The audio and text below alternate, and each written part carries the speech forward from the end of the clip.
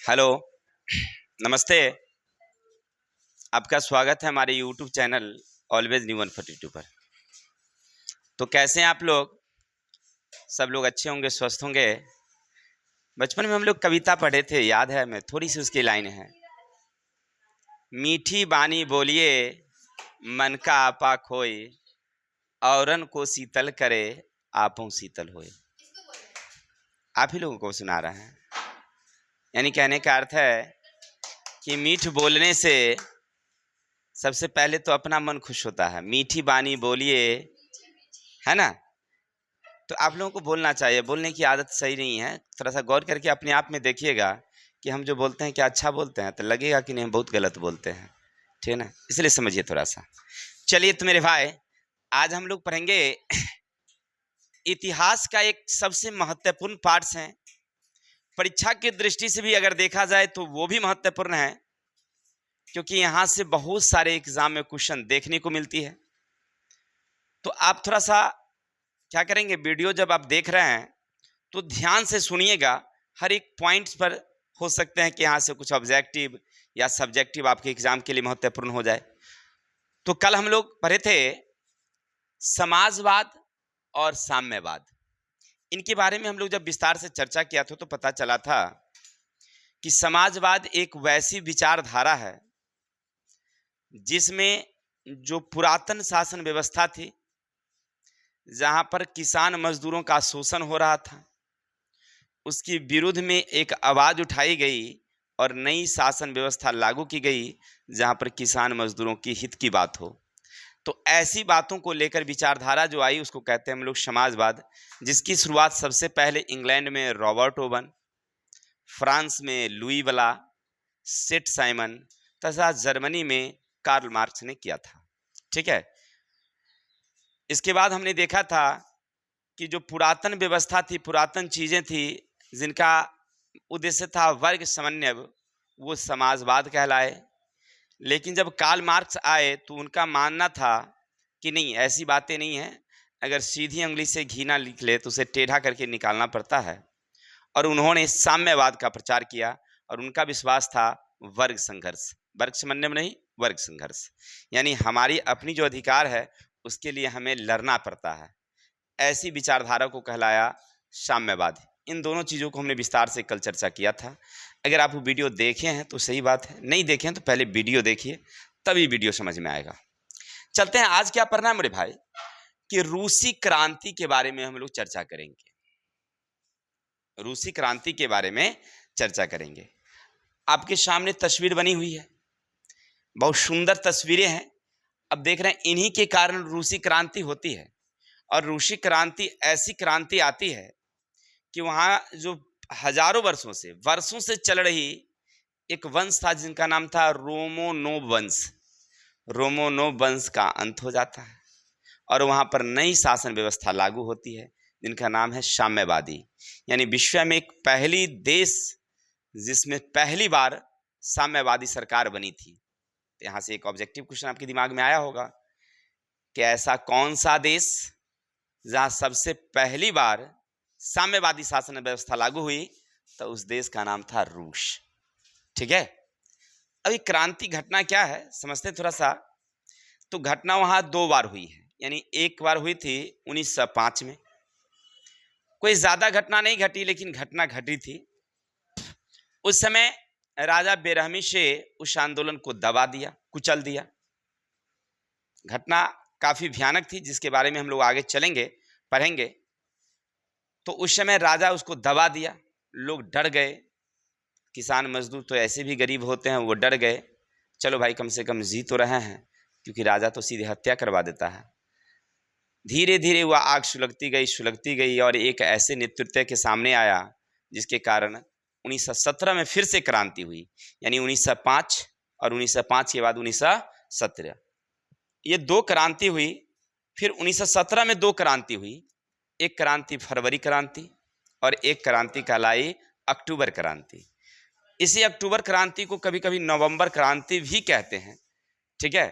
इसके पीछे का क्या कारण है वो भी स्पष्ट हो जाएगी कि अक्टूबर क्रांति फिर नवंबर क्रांति क्यों कहते हैं, बोल्शेविक क्रांति क्यों कहते हैं, इस सारी चीज़ों को हम लोग अभी क्लियर करेंगे। तो चलिए, अभी आप देख रहे थे हमारी फिल्म का जिसको कहते हैं टेलर, वास्तविक फिल्म अब दिखाते हैं। चलते हैं बोर्ड की तरफ।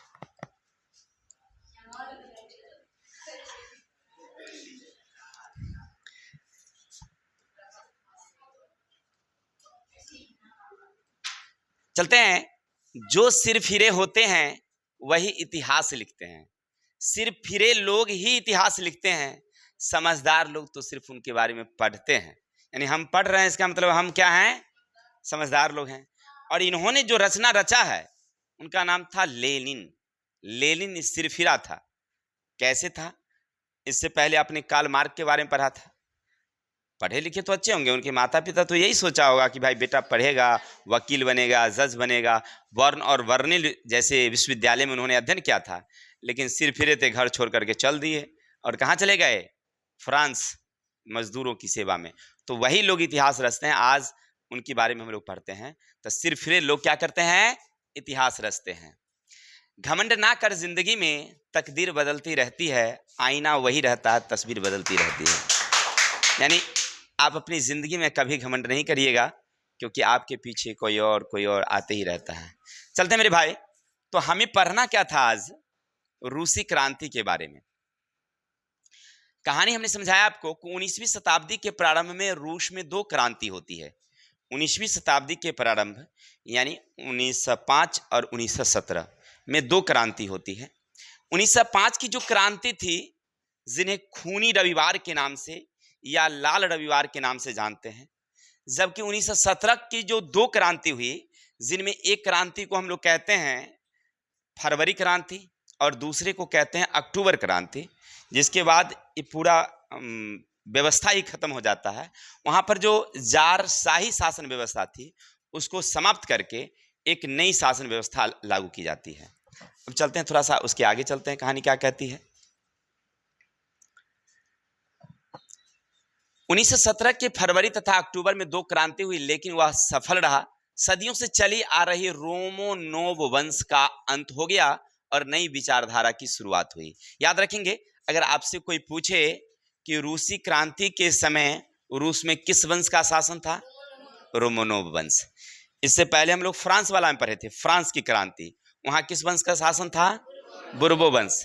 इसके बाद नई शासन व्यवस्था लागू हुई तो किस वंश का शासन हुआ?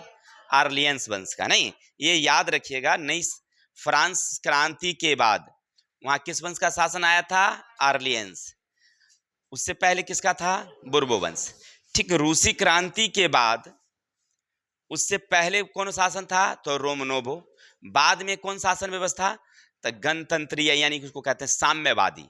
क्या बोलते हैं हम लोग? साम्यवादी। क्रांति के बाद कौन शासन व्यवस्था? साम्यवादी। देश यानी दुनिया में सबसे पहली बार साम्यवादी शासन व्यवस्था कहां लागू की गई? रूस में। युद्ध के बाद सत्ता मंसेविक दल के नेता केरेंस्की के हाथों में चली गई थी। याद रखेंगे, युद्ध जब हुई थी ना, तो युद्ध के बाद सत्ता जो है वहां मंसेविक दल के नेता केरेंस्की के हाथों में चली गई थी। अब ये मंसेविक क्या है और बोल्शेविक क्या है, समझ लीजिए। वहां पर एक पार्टी हुआ करती थी, डेमोक्रेटिक पार्टी। बाद में क्या होता है कि दोनों में आपस में भेदभाव हो जाता है, जो आगे हम लोग देखेंगे। तो भेदभाव होने के कारण वो दो पार्टियों में बढ़ जाती है। तो जो बहुमत प्राप्त दल के नेता होते हैं या बहुमत प्राप्त दल होता है उसको कहते हैं बोल्शेविक, जिसमें ज्यादा लोग होते हैं, किसान मजदूर होते हैं। और मंसेविक जो होता है वो कम लोग वाले होते हैं, यानी बहुमत प्राप्त कम लोग जो होगा तो उसको कहेंगे हम लोग मंसेविक, और ज्यादा वाले को कहते थे बोल्शेविक। तो ये मंसेविक दल वालों के हाथों में चला जाता है किसका शासन? केरेंस्की के शासन हाथ में चला जाता है। लेकिन क्या होता है कि केरेंस्की अयोग्य थे और अयोग्य होने के कारण ये शासन व्यवस्था उनके हाथ में चलती नहीं है। वहाँ पर विरोध बढ़ने लगता है। बाद में लेनिन जो है वो स्विट्जरलैंड गए हुए थे, वो वापस आते हैं और वहाँ पर ट्रोट्स्की की सहायता से बोल्शेविक दल के वो नेता थे, वो आकर के फिर से नई शासन व्यवस्था लागू करते हैं और वहाँ पर नई सरकार बनाते हैं। किसका? कौन? तो लेनिन। कौन सरकार बनाते हैं वहाँ पर? लेनिन नई सरकार बनाते हैं। जानते हैं, उसके बाद तो रूस इतना समृद्ध हो गया, इतनी उन्नत आया, उन्होंने एक नई वहाँ पर आर्थिक नीति लागू की थी, उसका नाम था नेप। नेप, NEP, कभी कभी परीक्षा में पूछता है भाई NEP क्या है, ऐसे विस्तार से वहां पर चर्चा होगी। नेप का मतलब हुआ new economy policy, NEP, NEP, new economy policy, नई आर्थिक नीति। अंग्रेजी में ही पूछ देता है नेप किसे कहते हैं, तो याद रखेंगे नई आर्थिक नीति। चलिए आगे चलते हैं। सबसे पहले 1917 की बोल्शेविक क्रांति के बारे में थोड़ा सा जानने का प्रयास करते हैं। देखो मेरे भाई, होता क्या है कि कोई क्रांति जो होती है ना, कोई लड़ाई जो होती है किसी देशों में, एकाएक नहीं होती है। भाई कोई राजा अगर बना है तो एकाएक उसके विरोध तो हम लोग कर नहीं सकते हैं। उन्होंने कोई गलती किया होगा, धीरे धीरे धीरे धीरे जनता में उसके प्रति आक्रोश की भावना बढ़ती जाती है और काफ़ी लंबे समय बाद उनके खिलाफ एक संगठन बनना शुरू हो जाता है। फिर धीरे धीरे उसको हम लोग हटाते हैं। ऐसा धीरे धीरे होता है, एकाएक नहीं होता है। चाहे आप अपने घर में देखिए, चाहे कभी भी आक्रोश की भावना जो होती है ना, वो धीरे धीरे पनपती है। तो रूसी क्रांति के भी कई कारण थे। प्रारंभ में वो ऐसे नहीं राजा आए हटा दिया सीधे, वो क्रांति धीरे धीरे आई थी। और उसके कारण क्या थे, तो सबसे पहला राजनीतिक कारण समझिएगा। राजनीतिक कारण निरंकुश एवं अत्याचारी शासन। देखिए वहां के जो शासक थे जिनका नाम था निकोलस द्वितीय, लेकिन उन्हें कहा जाता था जार निकोलस द्वितीय। किस वंश के शासक थे वे? रोमनोव वंश का, रोमोनोव, याद रखिएगा रोमोनोव। देखिए हाईलाइटेड कर भी दिए हैं तो अब समझ में आ ही गया होगा। रोमोनोव वंश के शासक थे। कौन थे? तो निकोलस द्वितीय, लेकिन उन्हें कहा जाता है जार निकोलस द्वितीय। आखिर जार क्यों कहते हैं? तो रूसी भाषा में जार का मतलब सम्राट, राजा, ठीक है। तो कभी कभी एग्जाम में पूछता है कि रूसी भाषा में राजा को क्या कहते हैं, या ऐसा भी पूछ सकता है जार का क्या अर्थ होता है। तब लिख दीजिएगा मिट्टी का बर्तन, प्लास्टिक का बर्तन, राजा। नहीं, इनमें से कोई नहीं था। क्या लिखेंगे हम लोग? क्योंकि याद रखिएगा जार तो इसलिए हम लोग देहाती भाषा में मिट्टी बर्तन को कहते नहीं, कहते हैं जार, लेकिन वो जार नहीं। हमसे पूछा जा रहा है जार का मतलब रूस के सम्राट नहीं। चलिए आई किताब को। तो आपने क्या समझा कि वहां पर किसका शासन था? रोमनोव वंश के जार निकोलस द्वितीय का शासन। अब बड़ा ही निरंकुश आदमी, अत्याचारी, ऐसा खराब राजा जिसका नाम मत लीजिए। वो क्या कहता था जानते हैं? वो कहता था कि हम ईश्वर के प्रतिनिधि हैं, माने हमरा भगवान जन्म दिया है कि तू जाओ और रूस में शासन करो। हमको भगवान बना के भेजा है राजा, हमरा जो मन होगा सो करेंगे। लीजिए ऐसा अत्याचारी आदमी।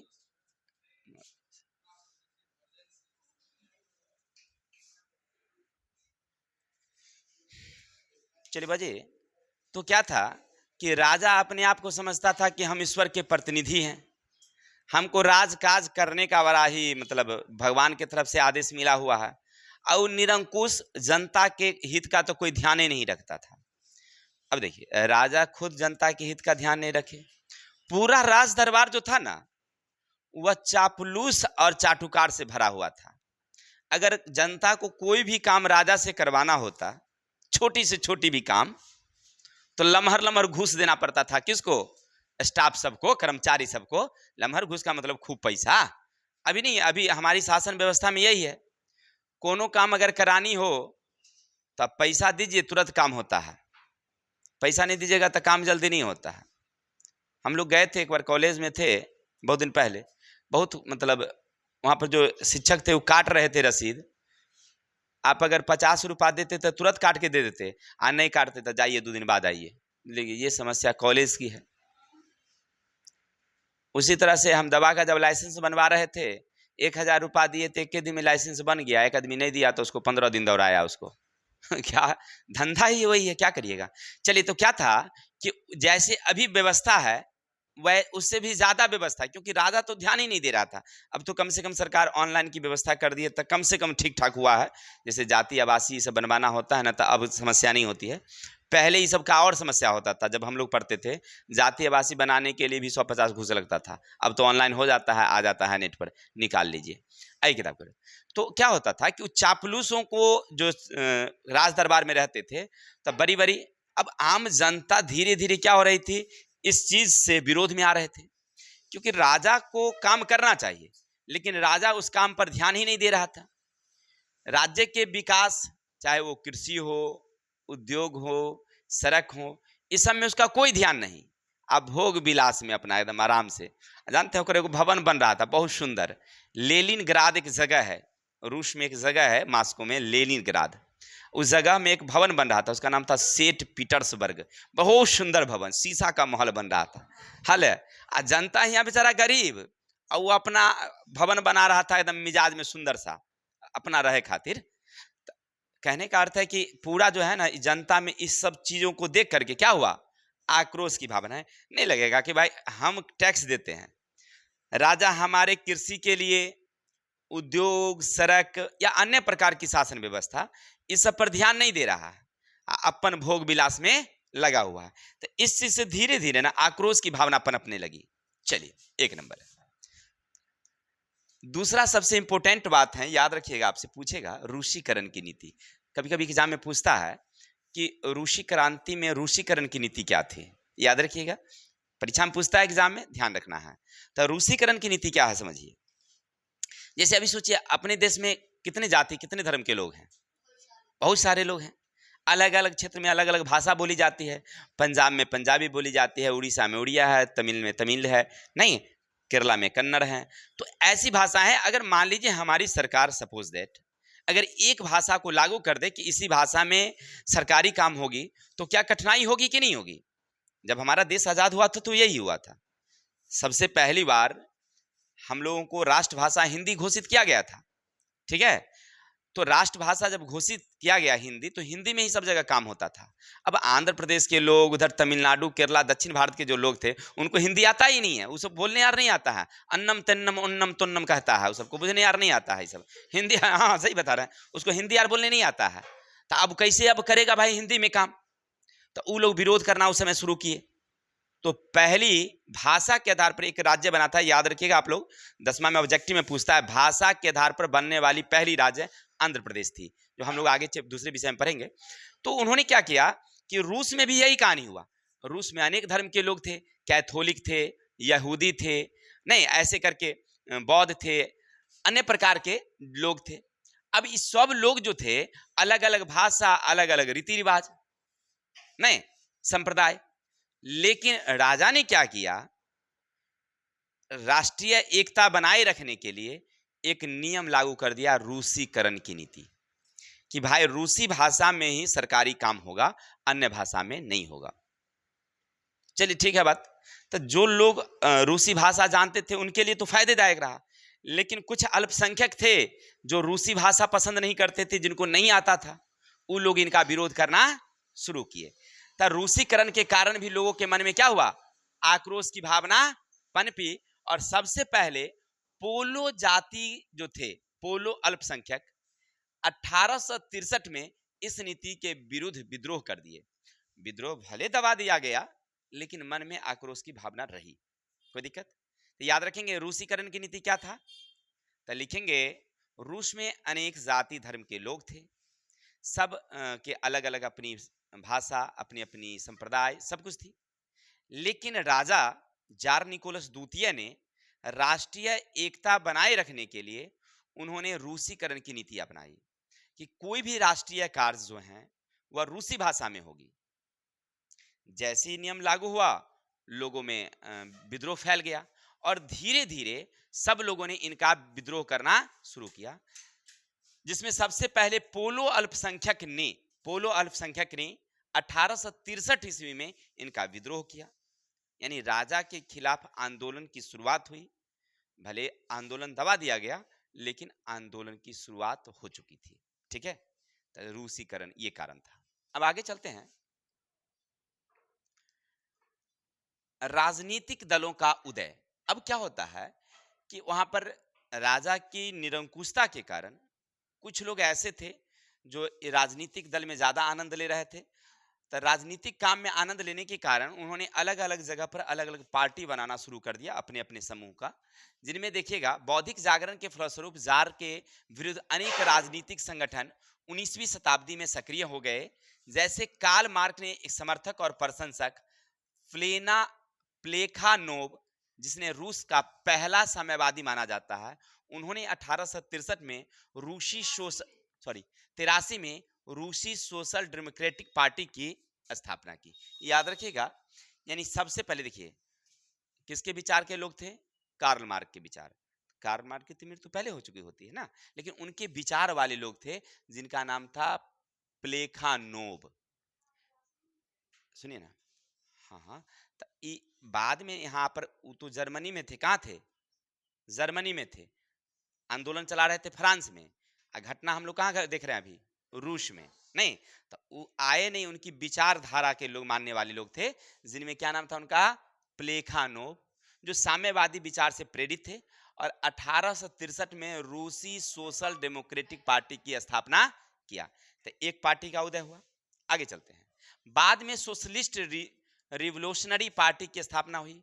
फिर बाद में एक नई पार्टी फिर से बनाया गया जिसका नाम था सोशलिस्ट रिवोल्यूशनरी, और 1903 में सोशल डेमोक्रेटिक पार्टी, दो दल में, याद रखिएगा, सोशल डेमोक्रेटिक पार्टी, यही जो सोशल डेमोक्रेटिक पार्टी है यही दो भागों में बट गया, जिनका नाम था बोल्शेविक और मनसेविक, जो बाद में एक बड़ी पार्टी के रूप में सामने आती है रूस में।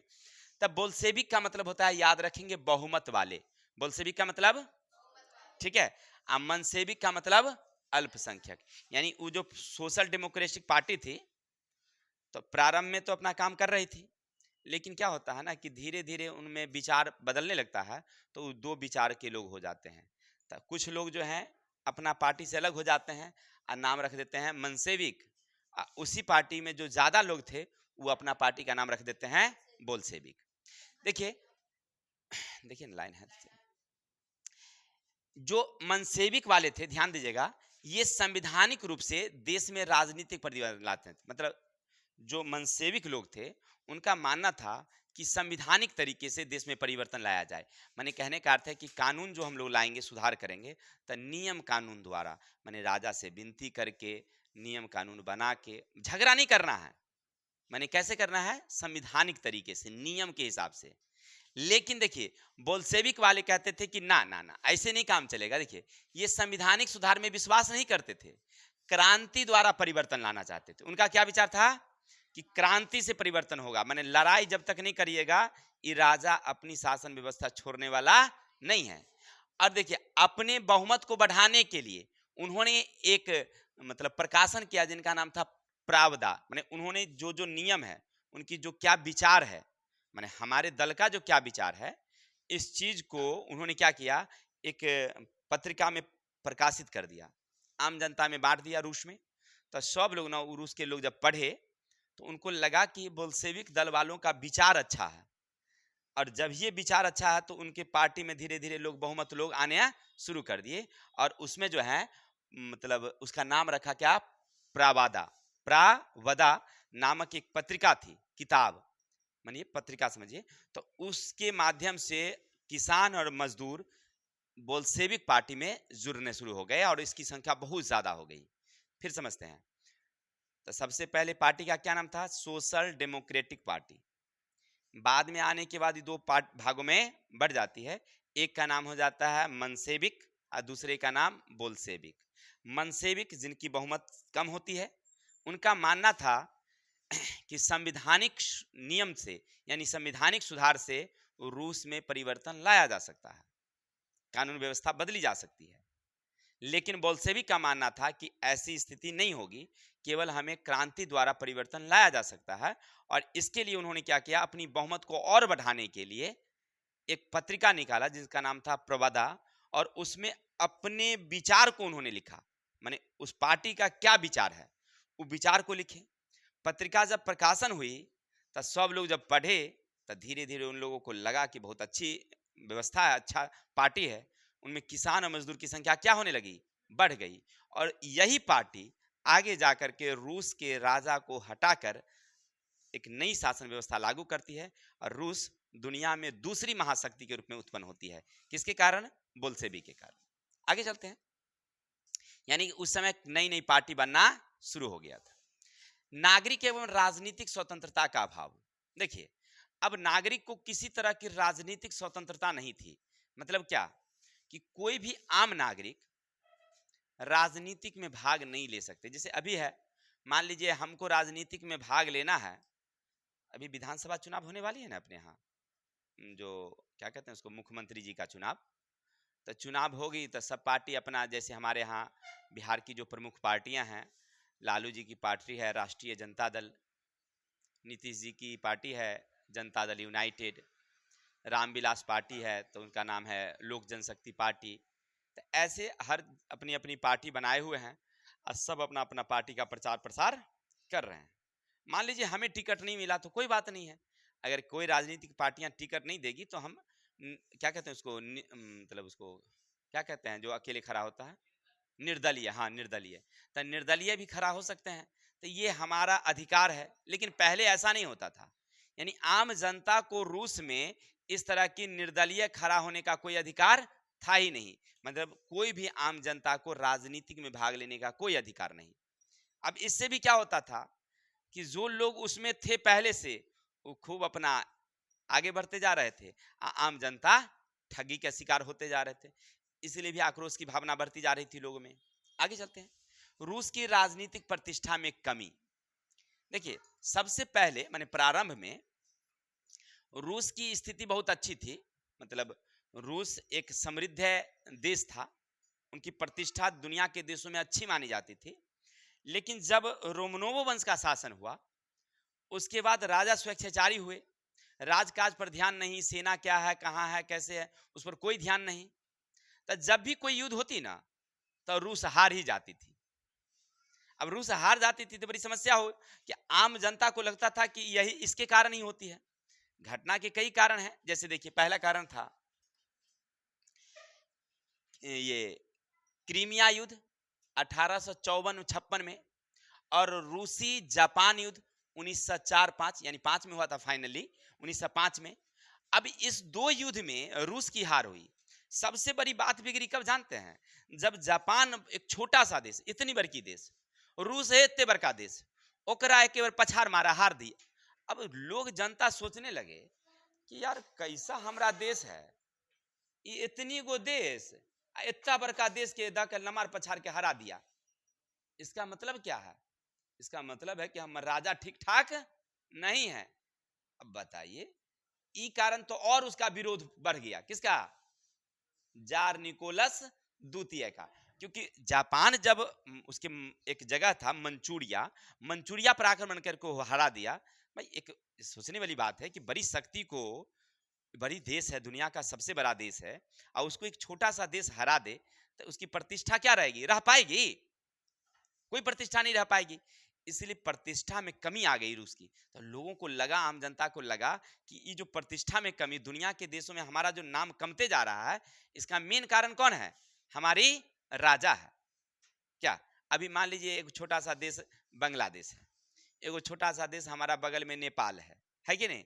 अब बिहार पर आक्रमण करके हमको जीत ले, आई प्रशासन, मान लीजिए एक नेपाल वाला, उधर से बांग्लादेश वाला उठे, पश्चिम बंगाल को जीत के अपना में मिला ले, हमार सरकार भोला बाबा बैठल रहे, तो हम लोगों को क्या लगेगा बताइए? हम लोग कहेंगे कि नहीं कहेंगे? अरे हम लोग नहीं जाएंगे लड़ने, अलग बात है, लेकिन ये तो कहेंगे ना कि हमारी सरकार अच्छी नहीं है। क्या अगर हमारी सरकार रहेगा 56 इंची सीना वाला, क्या होगा? आर नेता पार, जाने दो, चलिए जो भी है। लेकिन उस समय भी यही कहानी हुई थी कि ये रोमनोव वंश का जो शासक था वो तो भोगविलासी आदमी था, उस शासन में तो ध्यान ही नहीं दे रहा था। उधर से आया क्रीमिया युद्ध में, वो हार गया बेचारे, जापान युद्ध में वो हार गए। अब लो भाई, तो इसलिए लोगों को आक्रोश बढ़ना शुरू हो जाता है। अब चलते हैं, सबसे मेन इंपोर्टेंट है, याद रखिएगा 1905 की क्रांति, जो खूनी रविवार के। अब परीक्षा में पूछता है कि खूनी रविवार या लाल रविवार से आप क्या समझते हैं? एग्जाम के बड़ा वीवीआई क्वेश्चन है। सन 2000 ईस्वी, 2002 में पूछा है, में भी हो सकता है कि अगली बारी आपकी है, ठीक है? अब क्या खूनी रविवार क्या समझिएगा? होता क्या है, 1905 तक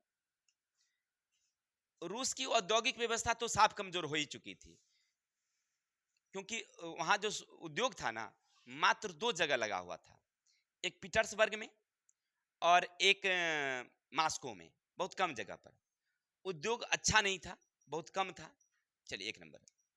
दूसरा, कृषि व्यवस्था भी धीरे धीरे क्या हो गई, कमजोर हो गई, कि किसान से टैक्स लिया जा रहा था और कृषि विकास की ओर ध्यान ही नहीं दिया जा रहा था।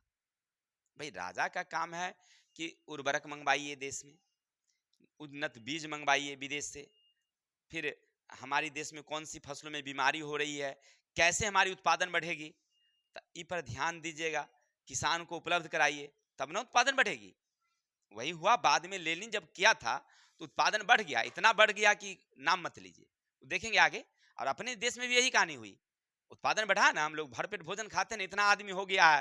पहले जब देश हमारा आजाद नहीं था, जमीन तो उससे ज्यादा थी, लेकिन तभी वो भोजन का लाला पड़ रहा था, 2 रोटी मिलता था, कभी नहीं मिलता था। अभी बकरी खाती है भाई, हाँ, घोड़ा बकरी गाय सब खाता है अनाज, इतना अनाज है, और सरी हो जाता है, कोनो टेंशन नहीं, किसी को टेंशन है भाई, उत्पादन बढ़ाया गया।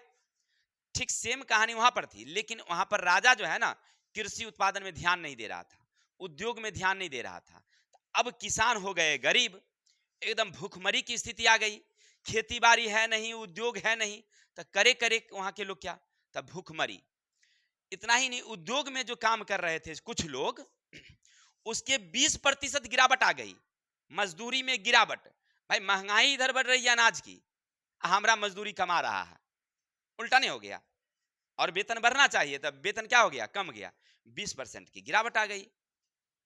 अब तो और स्थिति बिगड़ गई, यानी कि सारे उद्योगपति जो हैं वो क्या किए, मतलब जो वेतन पहले दे रहे थे, उन्होंने घोषणा कर दिया कि पहले वाले वेतन से 20% कटौती करके मिलेगी। अब किसान मजदूर जो भी थे एकदम हड़ताल पर आ गए। अंत तक क्या हुआ कि लगभग वहां पर कुछ बुद्धिजीवी लोग थे, उन्होंने कार्ल मार्क्स के बातों को अपने अंदर लिया। उन्होंने कहा कि मजदूर एक हो जाओ का नारा जो दिए थे कार्ल मार्क्स, उनके विचार से सब मजदूर वहां इकट्ठा हुए। लगभग 1 लाख से ज्यादा मजदूर, ठीक है ना, किसान, सब जो है विचार किए कि चलते हैं राजा के सामने, और राजा को हम लोग कहेंगे कि भाई रोटी दो, मतलब कुछ हमारी सुधार करिए स्थिति में, पे अटेंशन, कुछ स्थिति में हमारी सुधार करिए ताकि हम लोगों का जीवन यापन भोजन हो सके। देखिए वो लोग निर्दोष लोग थे, वह कुछ आंदोलन के उद्देश्य से नहीं जा रहे थे, उनका केवल उद्देश्य था कि राजा के सामने हम लोग प्रदर्शन करेंगे ताकि उसने शासन में सुधार करे, ठीक है।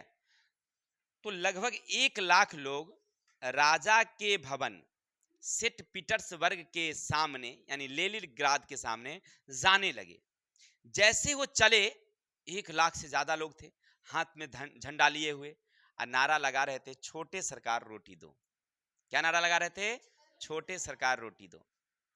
अब इसी बीच में क्या होता है कि जो राजा के कुछ जासूस होंगे, कर्मचारी होंगे, सेना होगा कुछ, वो जाकर के राजा को कह दिया, किसको, जार निकोलस द्वितीय को, अरे भाई वहां तो 1 लाख सेना मतलब आ रहा है, सब किसान मजदूर, वो आपको तो लगता है कि भवनियार को उखाड़ के फेंक देगा। राजा कहा ऐसी बात है, बेचारा डर गया, डरा, सेना को आदेश दिया। सरकार के पास तो अपनी सेना होती है, नहीं होती है, अभी मोदी जी कह दे कि भुजना है तो पूरा बिहार को 1 मिनट में भुजवा देगा, उसके पास इतनी सेना होती है, और सेना तो सरकार के आदेश मानती है, नहीं होती है। अभी पीछे दिन सरकार उनकी है, जो मन होता है सो करते रहते हैं, कोई दिक्कत नहीं है। तो सेना उनकी थी, उन्होंने क्या किया, आदेश दे दिया जार निकोलस द्वितीय कि जाओ और एक भी किसान मजदूर यानी आंदोलनकारी हमारे भवन तक नहीं पहुंचना चाहिए। तुम्हारे पास जितनी गोली है, जितना चला सकते हो चलाओ, लेकिन एक पहुंचना नहीं चाहिए हमारे यहां। बेचारा तो डर गया था। उधर से सेना एकदम सामने, समझ रहे ना, दू दू दू दू दू दू दू दू वाह, ठाई ठाई लगे। अब उधर किसान निहत्था, उधर सेना सामने खड़ी है, हजारों हजार सेना, और सब धुधवाना शुरू कर दिया। बहुत सारे लोग मरे, हजारों हजार लोग मरे। अब निहत्थों पर गोलियां बरसना शुरू हो गया। अब इतनी लाशें गिरी, खून इतना बहा कि धरती के कई फीट तक जो है ना मिट्टी लाल हो गया, ठीक है। अब जैसी घटना घटी थी, ये पुराने कैलेंडर के हिसाब से या कैलेंडर में वो दिन रविवार का दिन था। कौन दिन था भाई मेरे, रविवार का दिन, इसलिए उसको कहते हैं हम लोग खूनी रविवार। तारीख थी 9 जनवरी, याद रखेंगे, 9 जनवरी 1905 ईस्वी को, ठीक है, 9 जनवरी 1905 ईस्वी को। कोई दिक्कत? अब चलते हैं थोड़ा सा इस पर थोड़ा सा चर्चा करते हैं। अब क्या होता है, कभी कभी 9 जनवरी न दे करके 18 जनवरी भी कह देता है कभी कभी, ठीक है ना, 22 है, हाँ 22 हो, 9 13 22, हाँ 22 कह देता है। आखिर क्यों ऐसा होता है? देखिए इसका कारण है, जब क्रांति हुई थी ना 1905 में रूस में, तो उससे पहले वहां पर एक दूसरी पुरानी कैलेंडर चला करती थी, ठीक है ना, जिसका नाम था जूलियन कैलेंडर। याद रखिएगा, जूलियन कैलेंडर। तो जूलियन कैलेंडर के हिसाब से 9 जनवरी का दिन होता है। लेकिन बाद में जूलियन कैलेंडर के बाद एक दूसरी कैलेंडर चलती है जिसका नाम है ग्रेगोरो, क्या नाम है देखो तो उसमें लिखा होगा, ग्रेगोरियन गोरियन कैलेंडर। ये पुरानी वाली से 13 दिन आगे चलता है। तो 9 में 13 जोड़ दीजिए, 9 13 22, है ना, तब 22 जनवरी हो जाती है। तब पुराने कैलेंडर के हिसाब से बनता है 9 जनवरी, जो जूलियन कैलेंडर है।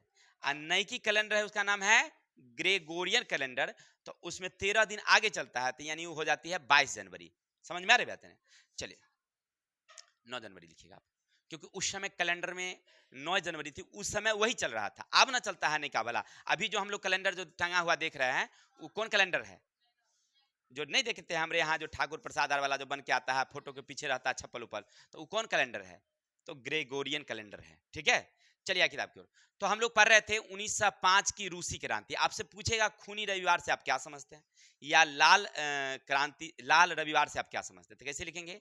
लिखेंगे 9 जनवरी 1905 में जब वहां पर रूस में भूखमरी आ गई, वहां के मजदूरों में के जो वेतन थे उसमें 20% की कटौती हो गई, तो वहां के आम नागरिक, किसान, मजदूर सब छोटे सरकार रोटी दो का नारा लगाते हुए, जिसमें बूढ़े, बच्चे, स्त्री सब थे, सब जाकर के राजा के भवन के सामने प्रदर्शन करना शुरू किए। राजा के तरफ से कोई आश्वासन नहीं दिया गया और बदले में उन निहत्थे लोगों पर गोलियां चलाई गई, जिसमें हजारों लोग मारे गए। यह कैलेंडर के हिसाब से रविवार का दिन था, इसलिए उसे खूनी रविवार कहते हैं। किसी को दिक्कत? बड़ा ही वीवीआई क्वेश्चन है, एग्जाम में बराबर देखने को मिलती है। तारीख भी याद रखिएगा, कहानी भी याद रखिएगा। चले बाजे, तो हम लोग पढ़ रहे थे एक इंपोर्टेंस घटना कि 1905 में रूसी क्रांति। अब देखिए क्या होता है, एक क्रांति होती है, हजारों के हजार मजदूर मारे जाते हैं। ओकरे बाद तक क्या हुआ कि मजदूर में तो एकदम आतंक का माहौल, किसान में आतंक का माहौल, कोई डर से ना नाम नहीं लेता था क्रांति का।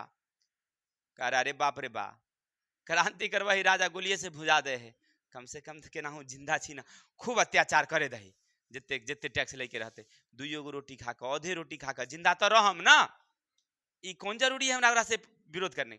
माने कोई भी। लेकिन लेकिन फिर भी क्या होता है कि बहुत सारे कुछ छात्र होते हैं, सो कुछ सेना होता है, वो विरोध करना शुरू करता है उस समय, है ना, आंदोलन होती है। लेकिन राजा उस सब आंदोलन को ना फिर से क्या करता है, दबा देता है। माने अपनी शक्ति से जो प्रदर्शनकारी होते थे उसको जेल में बंद कर देता है। लेकिन स्थिति इतनी गंभीर हो जाती है कि उसको मजबूरन में फिर कानून पारित करना पड़ता है। उसको लगता है कि अब स्थिति जब हाथ से निकलने वाली है, तब वो फिर से कानून पारित करता है और एक ड्यूमा नामक संस्था की स्थापना करती है, जो आगे देखेंगे। चलिए अब क्या होता है, प्रथम विश्व युद्ध में रूस की पराजय। देखिए अब पूरे देश में क्रांति का माहौल। अब प्रथम विश्व युद्ध जब होता है तो एक तरफ प्रथम विश्व युद्ध में याद रखिएगा, वो आगे आप लोग पढ़े होंगे क्लास 9th में, एक तरफ है इंग्लैंड, फ्रांस, रूस, और एक तरफ से लड़ रहा था जर्मनी, ऑस्ट्रिया। अब ये सब देश लड़ रहे थे, छोटे छोटे देश। तो ये रूस भी भाग ले लिया, यानी जार निकोलस द्वितीय भी भाग ले लिया किसमें, युद्ध में। अब सेना को भेजता था, अब सेना को समय से हथियार दीजिएगा तबे ना लड़ाई लड़ेगा, खाली देश से लड़ा तो ना होता है। तो वो भेज देता था सेना को, उसको ना कोई युद्ध सामग्री देता था, ना समय से भोजन, ना वेतन। सेना जाता था, जहां पर जाता था वहीं पर हार जाता था। अब आम जनता में क्या भावना फैल गई, देखिए राजा इसलिए भाग लिया था कि जनता का ध्यान जो है ना उधर भटक जाए, युद्ध में भटक जाए, तो हमारे खिलाफ जो आंदोलन है वो क्या हो जाएगा, दब जाएगा। परिणाम हो गया उल्टा, जहां जहां रूसी सेना गई लड़ने के लिए, उस सब जगह उसकी क्या हो गई, हार। तो हार जब हो जाती थी तो आम जनता में क्या आक्रोश फैला कि सब कमी किसकी है, राजा की, कि हमारी सेना हमारे लोगों को सही से मतलब हथियार युद्ध सामग्री उपलब्ध नहीं कराती है, आधुनिक हमारे पास युद्ध सामग्रियां नहीं है, जिसके कारण हमारी क्या हो रही है, हार। अब मान लीजिए सीधी बात है कि सेना में किसी का बेटा गया होगा, किसी का पति गया होगा, नहीं किसी का पिता गया होगा, और जब वो मरा होगा युद्ध में तो उस परिवार के लोगों को राजा के खिलाफ आक्रोश हुआ होगा कि नहीं हुआ होगा। वो अगर चिट्ठी लिखता होगा उस समय में, उस समय तो चिट्ठी का जमाना होगा, फोन तो होगा नहीं, चिट्ठी लिखता होगा तो कहता होगा ना भाई कि हमारे पास युद्ध सामग्री अच्छी नहीं है, हम लोग कुछ कर भी नहीं सकते। उस समय होता था कि आप युद्ध छोड़ के भाग भी नहीं सकते हैं बुआ जी, याद रखिएगा, युद्ध छोड़कर भागने पर आपको गोली मार दिया जाता था, ऐसी स्थिति होती थी। माने आप सेना में गए हैं तो सेना से भाग नहीं सकते हैं आप वहां से, ठीक है। ऐसा नहीं कि लड़ाई हो रहा है बीच में फरार हो गए आप, सो नहीं, तब आपको पहले गोली मार दिया जाएगा, ये स्थिति। हाँ, चुरा के कैसे भाग जाएंगे। चलिए, तो कहने का अर्थ था कि रूसी सेना की हार होने के कारण स्थिति और बिगड़ती चली गई, स्थिति और बिगड़ती चली गई। अब आप पीछे वो तस्वीर बना हुआ देखे थे, बड़ी सुंदर तस्वीर थी। चलिए बजे, तो हम लोग पढ़ रहे थे कि 1917 के प्रथम विश्व युद्ध में रूसी हार भी क्या बना, कारण बना, रूसी क्रांति का। अगला था रानी जरीना की भूमिका। अब जो पीछे तस्वीर देखे थे, बड़ी सुंदर थी लड़की, उसका नाम था जरीना, बड़ी सुंदर। लेकिन बड़ा सुंदर आदमी ना कभी कभी खराब हो जाता है भाई। होता क्या है सो देखिए, ये जार निकोलस द्वितीय जो थे, वो तो कम से कम जो थे सो थे, उनकी पत्नी जो थी रानी जरीना, है कि नहीं, वो बड़ा थर्ड क्लास के 3 नंबर की औरत, 1-2 नंबर वाला नहीं, 3 नंबर की। वहां का एगो भ्रष्ट पादरी थे जेकर नाम था राम पुटीन, याद रखिएगा, एक भ्रष्ट पादरी जिसका नाम था राम पुटीन, पादरी का मतलब पंडित, आ दोनों के बीच में जो था, समझ ही रहे हैं, ये वाला घटना था। अब ये राम पुटीन भ्रष्ट, देखिए अब इस समय कितना आनंद है, देखिए नींद खुल गया सबको।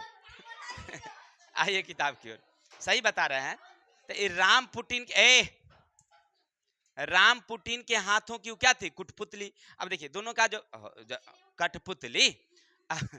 अब राम पुटीन पादरी जो भ्रष्ट आदमी, वो अपने हित के हिसाब से सोचता था, तो वो रानी को कह देता कि भाई तुम ना राजा से इसे काम करवा देना, और रानी जाके राजा को काम करवा लेती जबरदस्ती, क्योंकि इसकी बात तो मानवे करती, कैसे, क्यों तो दोनों का बीच का मामला था। तो इसीलिए ये जो है ना हमेशा गलती राजा से करवा लेता था। राजा बेचारा जो भी सही करे, रानी उसको सही करने नहीं देती, क्योंकि रानी के पीछे कौन लगा हुआ था, राम पुटीन। तो आपसे पूछेगा, कभी कभी परीक्षा में पूछता है कि जरीना यानी कि रानी जो है वह किसके हाथ की कठपुतली थी, याद रखिएगा। तो राम पुटीन एक भ्रष्ट पादरी था, उसी के हाथ की कठपुतली। मतलब दोनों के बीच में इस तरह का प्रसंग था जो आपने समझ गए होंगे, उसको विशेष समझाने की जरूरत नहीं है। अच्छा, ये सब राजनीतिक कारण थे। अरे अभी तो राजनीतिक कारण ही चल रहा था, अब इसके बाद होगा सामाजिक कारण, फिर धार्मिक कारण, फिर बौद्धिक कारण। अब चलेंगे यहां से, एक इंपोर्टेंट क्वेश्चन पूछता है, सुनिएगा। रूसी क्रांति के समय, रूसी क्रांति के समय किसान और मजदूर की स्थिति कैसी थी, एक क्वेश्चन पूछता है। तो अब सामाजिक कारण में उसी चीज को देखेंगे, समझिएगा। क्वेश्चन क्या पूछता है, रूसी क्रांति के समय किसान और मजदूर की स्थिति कैसी थी। तो इनमें कोई कहे के बात है, पहले ही पढ़े आप। वहां खेती बाड़ी अच्छी थी, खेती बाड़ी अच्छी नहीं, किसान से जो कर लिया जाता था वो और दिन पर दिन कर क्या हो रहा था, बढ़ रहा था। उत्पादन कम हो रहा है, कर बढ़ रहा है, तो किसान की स्थिति क्या हो जाएगी, जर्जर हो जाएगी, खराब हो जाएगी। यानी किसान की स्थिति दयनीय होती चली गई, क्योंकि ना तो कोई आधुनिक बीज है, ना कोई आधुनिक कृषि यंत्र है, पुराने तरीके से लोग खेती कर रहे हैं, वर्षा पर निर्भरता है, राजा की तरफ से कोई मदद नहीं है। तब भाई ऐसी स्थिति में किसान कर दे कि अपना बीज खरीदे कि अपना पेट भरे, दिन प्रतिदिन किसान की स्थिति क्या होने लगी, ठीक है। अब चलते हैं मजदूर की बात। अब खेती बाड़ी हो नहीं रही है, तो अब हमारे पास खेत तो है खेती बाड़ी में उत्पादन हो ही नहीं रहा, हमारा पेट उसे भर ही नहीं रहा, तो हम मजदूर को क्या रखेंगे? रखेंगे? तो खेती में मजदूरी नहीं अब लगता था, क्योंकि मजदूर के लिए काम ही नहीं था, खेती ही नहीं हो रहा था, मजदूरी क्या क्या? तब मजदूर खेत वाला बेकार। अब वो मजदूर गया शहर उद्योग, तो वहां उद्योग नहीं है, उद्योगपति की स्थिति दयनीय है। भाई किसान के पास पैसा रहेगा तबे ना सामान खरीदेगा वो, तब ना उद्योग चलेगा। मान लीजिए आज हमारे पास पैसा है, तो बाजार जाते हैं, 1700 का चीज हमको लगता है कि बड़ा सस्ते दे रहा है, खरीद लेते हैं। अब पैसा नहीं है तो 100 का चीज लगता है कि बड़ा महंगा दे रहा है। क्या वो देहाती कहावत सुने थे हम लोग कि पिता और पुत्र जो है दोनों शहर जा रहे थे, तो रास्ते में जब जा रहे थे ना, तो उनको एगो मुर्गी मिली। तब मुर्गी का शायद 25 रुपया बताया उस समय, तो कहा बहुत बेटा बहुत बड़ा महंगा है, इसे अभी मुर्गी नहीं खरीदा, बहुत महंगा है। उधर से जब लौटा कुछ दिन बाद कमा करके, तो मुर्गी का कीमत कहा 200 रुपया। कहा तो सस्ते है, 200 रुपया खरीद लिया। यानी कहने का अर्थ है कि पैसा रहने की मतलब है। तो अब देखिए किसान की स्थिति क्या हो रही थी इधर, दयनीय। किसान के साथ साथ मजदूर की स्थिति क्या, दयनीय। तो उद्योग चलेगा, क्योंकि उद्योग से जो निकलता है उत्पादन कौन खरीदता है? किसान मजदूर। तो उद्योग की स्थिति खराब, तो उद्योग वाला जो मजदूर है वो भी बेकार, इधर कृषि वाला जो मजदूर है वो भी बेकार। तब मजदूर की भी स्थिति दिन प्रतिदिन क्या होने लगी, खराब होने लगी। मिल मालिक को फायदा नहीं हो रहा था मजदूरी में, और क्या कर दिया, गिरावट कर दी कि 20% अब कम मिलेगा तुमको वेतन। जहां पहले तुम्हारा वेतन था 5,000, तो अब वेतन मिलेगा तुमको 4,000। समझ रहा है बात को? तो इस तरह से किसान और मजदूर की स्थिति बिगड़ना शुरू हुआ।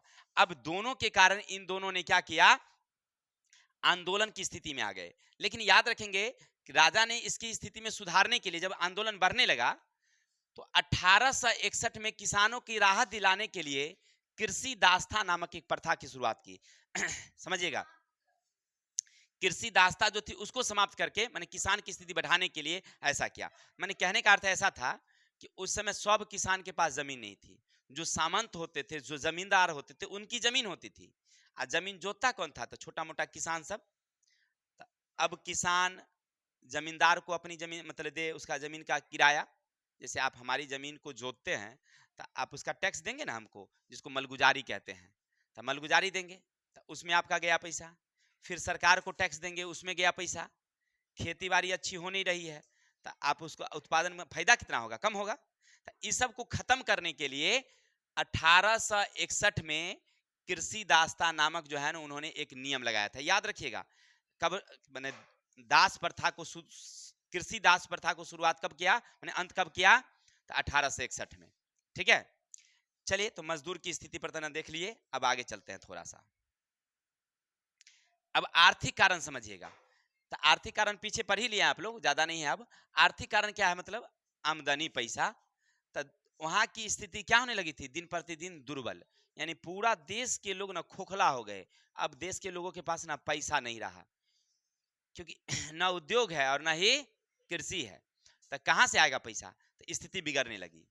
औद्योगिकरण की समस्या हो गई। मात्र उद्योग दो ही जगह था, देखिएगा यहाँ पर लिखा होना चाहिए, हाँ, एक सेंट पीटर्सबर्ग में और एक मास्को में। इतना बड़ा देश और दो जगह उद्योग, वो भी कम मात्रा में, तो बहुत कम उद्योग था। माने जितना वहां पर आबादी थी ना, उन लोगों के लिए जितनी रोजगार के लिए, जितना मजदूरी के लिए चाहिए काम, उद्योग में उतना काम नहीं मिल रहा था। तो दिन प्रतिदिन सब क्या होने लगे, बेरोजगार होने लगे। चलिए आगे, अगला हमारा है धार्मिक कारण। अब देखिए, राजा तो जो था वो निरंकुश राजा था, वो तो राजकाज पर कोई ध्यान ही नहीं देता था। अभी पीछे आपने क्या देखा, उनकी एक पत्नी थी, प्यारी पत्नी, क्या नाम था उनका, जरीना। लेकिन उनकी भी स्थिति अच्छी नहीं थी। वो एक पादरी के हाथ में चली गई थी, मैंने दोनों के बीच में। तो पादरी जो था वो एक पंडित टाइप का आदमी था, तो वो चाहता था कि हमर धर्म प्रचार होए, हमरा धर्म का खूब अच्छा से मान हो, अब बाकी धर्म वाला अच्छा से, आप समझ रहे बात को? वो कह देता किसको, पादरी किसको कह देता, रानी को, और रानी कह देती राजा को। तो राजा उसे नियम निकाल देता, कोई अपने मन से कोई धार्मिक काम नहीं करेगा। सुन लिया कि नहीं सुन लिया? कोई धर्म परिवर्तन नहीं कर सकता है। मैंने ऐसे देखिए, रूस में अनेक कैथोलिक, प्रोटेस्ट, मुस्लिम बौद्ध थे, लेकिन किसी में कोई स्वतंत्रता नहीं थी, माने कोई स्वतंत्रता नहीं, अपने हिसाब से आप धर्म नहीं मना सकते हैं। जैसे आप लोग अभी इस्लाम है भारत में, झंडा ले लेता है हरियर का एकदम पाकिस्तान वाला झंडा शुरू कर देता है। तो हमारे यहाँ धार्मिक स्वतंत्रता है नहीं, हमारे सुनिए ना, हमारे देश में जो संविधान लगा, प्रस्तावना में ही लिखा हुआ है, संविधान के प्रस्तावना में, कि भारत क्या है, धर्मनिरपेक्ष है। लेकिन वहां पर धर्मनिरपेक्षता नहीं थी, राजा के हिसाब से आपको काम करना है, राजा आदेश देंगे तब होगा। अब ऐसी स्थिति में लोगों की इच्छा क्या हो गई, खत्म हो गई। लोग जैसे देखिए हमारा संविधान बना है ना, तो संविधान में कुछ मौलिक अधिकार दिए गए हैं। मौलिक अधिकार का मतलब है कि एकरा में केकरो हस्तक्षेप नहीं है, जैसे पढ़ने का अधिकार, मतलब भाषा का अधिकार, मतलब ये सब जो हमारी संपत्ति का अधिकार, स्वतंत्रता और समानता का, शोषण के विरुद्ध का अधिकार है ना। तो ये सब जो अधिकार था वो क्या हमारा था, मौलिक अधिकार है। तो मौलिक अधिकार में इसमें से संपत्ति के अधिकार को हटा दिया गया है, ठीक है ना। तो वो जो मतलब क्या पढ़ रहे थे हम लोग, तो ये सब मौलिक अधिकार का मतलब हुआ कि आप आम जनता की स्वतंत्रता। अब वहां धार्मिक स्वतंत्रता है ये नहीं है, तो लोगों की इच्छा पूरा होगा। ऐसा आप तो जानते हैं कि धर्म के नाम पर तो लोगों यहाँ मर जाता है नहीं, परिणाम हुआ कि आंदोलन और बढ़ गई। अब देखिए आगे क्या होता है। अब चलते हैं, वहां पर कुछ बौद्धिक लोग आए हैं, ध्यान से सुनिएगा। बौद्धिक माने बुद्धिजीवी लोग, जो लड़ाई तो नहीं किए, लेकिन अपन लेख, उपन्यास, नाटक, इनमें रूस की जनता, किसान, मजदूर और वहां की शासन व्यवस्था, इन सारे चीजों के बारे में खूब भर भर के लिखे, भर भर के, समझ रहे ना, पिटारा भर भर के। यानी कि कैसे किसान मजदूर गरीब हैं यहाँ, कैसे सुधारा जा सकता है। आज जब वो लेख नाटक आम जनता में पहुंचा, पूरा नाटक के बाद ना, समझिए पढ़ने के बाद लोगों के मन में ना एकदम आंदोलन की स्थिति एकदम तीव्र हो गई। उसके बाद आंदोलन शुरू हो जाता है, ठीक है। तो होता क्या समझिएगा, उस समय अनेक बौद्धिक जागरण हुए, जिनमें अनेक लोग हुए जिनका नाम था लियो टॉल्स्टाय था, नहीं लिखा है Tolstoy, Leo Tolstoy, Ivan Turgenev, Fyodor Dostoevsky, Maxim Gorky, Pavlovich Anton Chekhov इत्यादि। नाम था, गोर्की नाम था, ठीक है ना। आगे देखिएगा ना, बहुत सुंदर उन्होंने एक उपन्यास लिखा है, आप परीक्षा में पूछता भी है, ठीक है ना। चलिए, तो समझ रहे हैं ना, ये सब लोग वहां पर कौन आए, बौद्धिक लोग, जो अपने लेख नाटक उपन्यास के माध्यम से जनता को जगाने का काम किया। सबसे पहले एक व्यक्ति थे जिनका नाम था लियो टॉल्स्टाय। लियो टॉल्स्टाय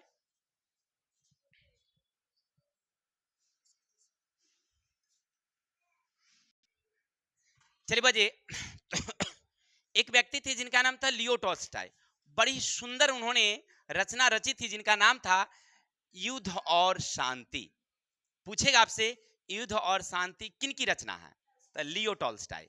किन की रचना है, लियो टॉल्स्टाय, जिनकी रचना थी युद्ध और शांति। अब देखिए नाम भी बहुत सुंदर चुन के लिखे थे। ऐसे आप हिंदी में इनके बारे में पढ़ेंगे, लियो टॉल्स्टाय के बारे में जो हम लोग चैप्टर पढ़ेंगे ना आगे, तो बहुत मतलब अच्छे शालीन लोग थे, शांति प्रिय लोग थे।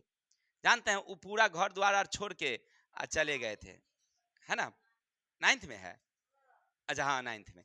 तो कहने का अर्थ है कि युद्ध और किस उसमें ना, समझिएगा, जो उनकी पुस्तक थी युद्ध और शांति, उनमें किसान की जो दयनीय स्थिति थी, वहां के जो सामंतवाद का जो मतलब प्रभाव था, उसका ना भरपूर विरोध किए, ठीक है ना। जब किसान जनता जब उसकी बात को पढ़े तब बड़ा प्रेरित हुए। अब आगे चलते हैं। दूसरे व्यक्ति थे जिनका नाम था, याद रखिएगा, इवान तुर्गनेव।